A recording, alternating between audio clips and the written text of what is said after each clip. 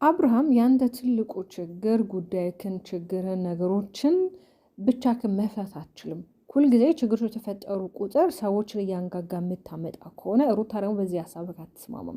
ሩታን ያገባት አንተ ልታኖራት ልታስተዳድራት፣ አንተ ችግሮችን ቁጭ ብላችሁ በጋራ እንድትቀርፉ እንጂ ችግር በተፈጠረ ቁጥር ሰዎችን አምጥተህ ሰዎች ችግሮችን እንዲፈቱላት ትፍቀድላቸው።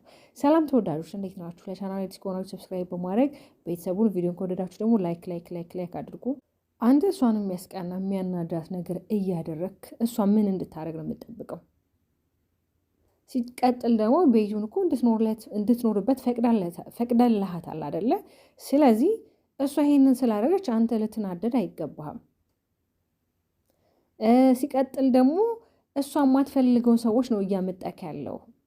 ሩታ ደግሞ በመነጋገር ታምናለች፣ አንተ ደግሞ በመነጋገር አታምንም።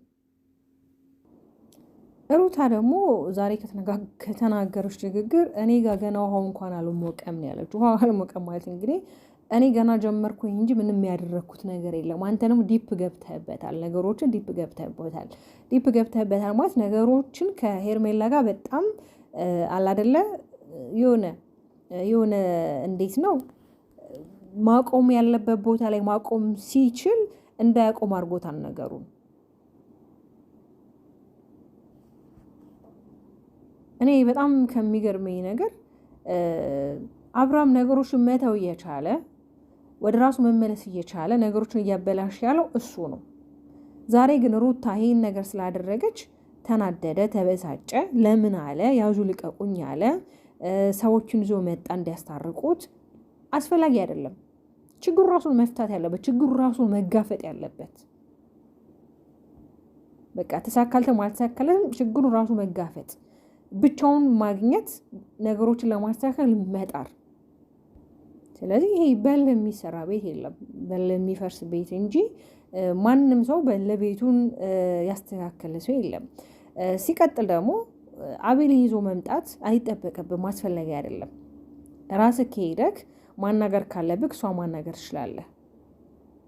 ሁልጊዜም በሩ ክፍት ነው ብላ ካለች ልጅክን ለማየት በየትኛውም ሰዓት ብትመጣ ልጅክን ማየት ትችላለህ ብላለች አይደለ? ስለዚህ በየትኛውም ታይም በየትኛውም አጋጣሚ ብትሄድና ቁጭ ብላችሁ ነገሮችን ለመፍታት ብትሞክሩ ይሄ የተሻለው አማራጭ ነው። ሰዎች ይዞ ከመሄድ ያልሆነ ነገርም ከመነጋገር አንተም ያልሆነ ስሜት እንዲሰማ ራስን ከምታደርግ በቃ ተነጋግራችሁ ከሆነ ይሆናል፣ ካልሆነ አይሆንም።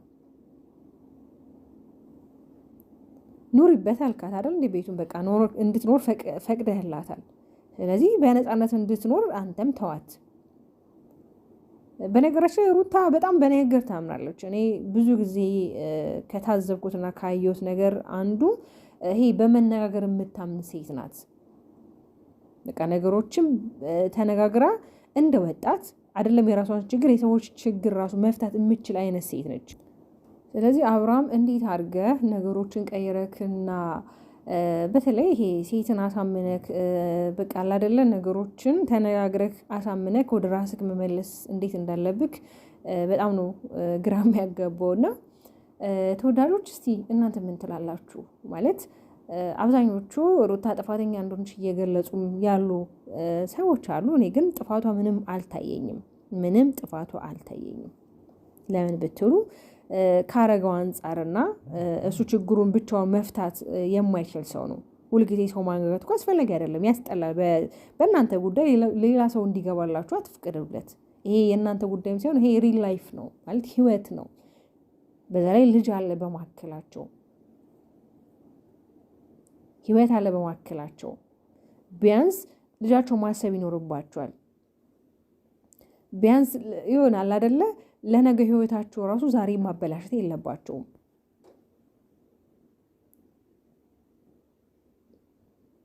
አሁን ላይ በጣም ተናዷል፣ በጣም ተበሳጭቷል አብርሽ። ኦኬ፣ ግን ደግሞ በዚህ መንገድ አይደለም፣ ሰውን በማምጣት ሰውን በማንጋጋት አይደለም። ራስህ ነው ችግርን መፍታት ያለብህ።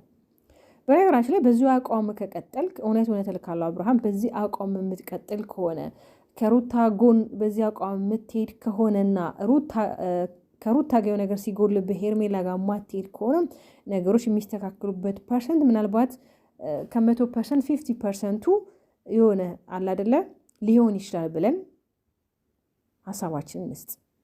ግን አንተ ችግሩ ከሩታ ጋር የሆነ ነገር በተፈጠረ ቁጥር ወደ ሩታ ጋር ከሩታ ጋር የሆነ ነገር ሲፈጠር ወደ ሄርሜላ ጋር የምትሄደው ነገር አለ። ያ ደግሞ አስፈላጊ አይደለም። ያ ደግሞ ወንድነት አይደለም። ያ ደግሞ ጀግንነት አይደለም።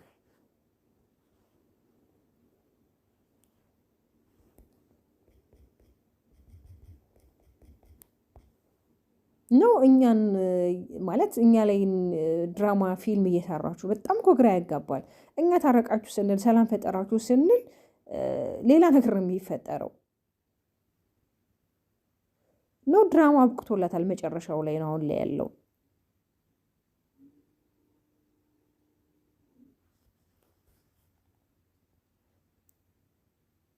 ለምንድን ነው ሩታ የሆነ ነገር ስታደርግ የሚገንባት? እሷ የሆነ ነገር ስላደረገች በጣም ነው የሚገንባት። ለምን?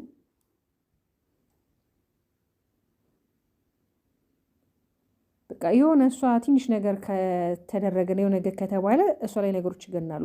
አብርሃም ሲያደርግስ አይገንም? የእሱ አይታይም? ወንድ ልጅ ነው። ይህ እኮ ትዳር ነው። ትዳር ማለት እኮ ክቡር ነው አይደለ? ትዳር ክቡር ነው። አልጋውም መኝታውም ንጹህ ነው። እግዚአብሔር አምላክ አንድ ከመሆን ወደ ሁለትነት እንዴ! በዛ ላይ ደግሞ እግዚአብሔር ባርኳቸው ደግሞ እኮ በልጅ ባርኳቸዋል አይደል እንዴ? ይህን ትዳር ይህን ህይወት ለማዳን ትልቅ ስራ መስራት እንጂ ጭራሽ ትዳርን ለማፍረስ መጣር አስፈላጊ አይደለም። አሁን ሩታን እያናዳት ያለው ነገር በተለይ ደግሞ እሷ የማትፈልገውን ነገር ነው እያደረገ ያለው። በተለይ አቤል የሚባለው ልጅ ማየት አትፈልግም። ኦኬ ምናልባት አቡሽ የመጣው ዛሬ የእሱ ንግግር ይሻላል ከዛኛውም ከኖቫ ከሚባለውም ግለሰብ ይሄኛው የተሻለ አስተሳሰብም አለው። ለምን ያልጨረሳችሁት ነገር አለ። የልጅሽ አባት ነው፣ ቢያንስ ለማግባባት ሞክሯል። ይሄኛው ኖቫ የሚባለው ግን በቃ ሁሌ እንዴት ነው ነገሮች ላይ እኝኝ እንዳለ እንደተሳደበ ይሆናል አይደለ?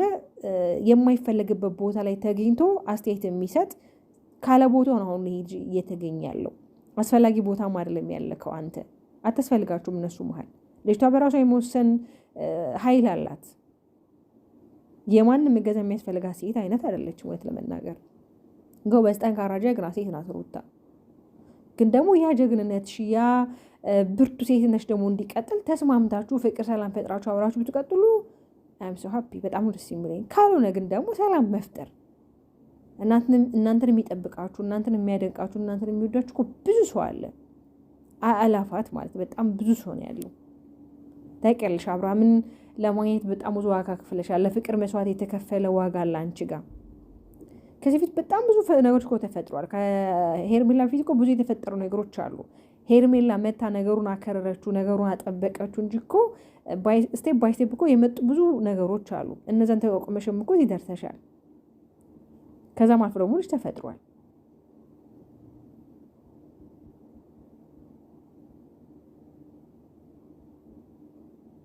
ስለዚህ አብርሃምን በራስህ መጓዝ ብችል፣ በራስህ መቆም ብችል፣ ሰዎችን ይዘህ ባትንጋጋ፣ በራስህ መወሰን አቅሙ ቢኖርክ፣ ቁጭ ብላችሁ በጠረጴዛ ዙሪያ ለመነጋገር ብትሞክሩ፣ ካልሆነ ደግሞ የራሳችሁ የሆነ ሰው ይዛችሁ መታችሁ ወይም ደግሞ ይዘህ መተህ ትልቅ ሰዎች አዎ አጥፍቻለሁ ይቅርታ ብለህ ይቅርታ መጠየቅ። ነገራችን አንዳንድ ሰው የተሸናፊነት ስሜት የሚሰማው ሰው አለ። ይቅርታ መጠየቅ እኮ ሽንፈት አይደለም።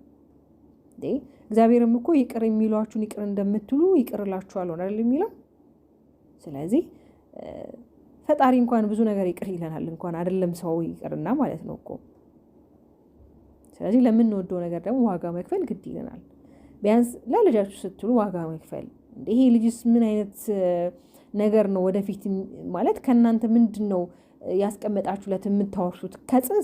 ልጁ ከመጸነሱ እስከመወለዱ ከተወለደም በኋላ ደግሞ ያሉት ነገር እያንዳንዱ ነገር መቼም ካደገ በኋላ እኮ ማየቱ አይቀርም። አሁን አንተ ያበሸቀክ እርግጠኛ ነኝ እኔ እቤት ስላመጣችሁ ብቻ አይደለም። እሱ ብቻማ ቢሆን ኑሮ እንዳንተ ንግግር መልካም፣ በቃ እሷ ከሌላ ሰው ጋር ስለሆነች ስለታየች ሌላ ወንድ ሊቀማቅ አይነት ስሜት ስለተሰማክ የተሸናፊነት ስሜት ሰምቶክ ነው እንጂ እውነት ለመናገር ሩታ ሌላ ወንድ ስለወደዳት ወይ ደግሞ ሰው ስለፈለገች ብቻም አይደለም። በቃ አንተ በቃ ተሸንፍ ያለው እንዴት እኔ ያለው እንዴት ሌላ ወንድ ይቀማኛን አይነት ነው ስሜት እየተሰማክ ያለው። ያ ደግሞ እንዳይሆን ራስክን ከአላስፈላጊ ነገሮች እሷ ከማትፈልገው ነገሮች አለመገኘት ብለሃልሽ ከዚህ በፊትም እኮ በተለይ ደግሞ ይሄኛው አቤል የሚባለው ልጅ የመጣው በሰላም አይደለም። የሆነ ተንኮል፣ የሆነ ሴራ፣ የሆነ የታቀደ ነገር አለ እንጂ ካለምንም ነገር ሊመጣ አይችልም አቤል ማለት ነው። ታውቃላችሁ ከዚህ ፊት ብዙ ነገር አድርጓል። ብዙ ነገሮች ተፈጥሯል። ለማንኛውም ውዶች ላይክ፣ ሰብስክራይብ ያደረጋችሁ ቤተሰቡን በሌላ ቪዲዮ እስከማገኛችሁ ሰላማችሁ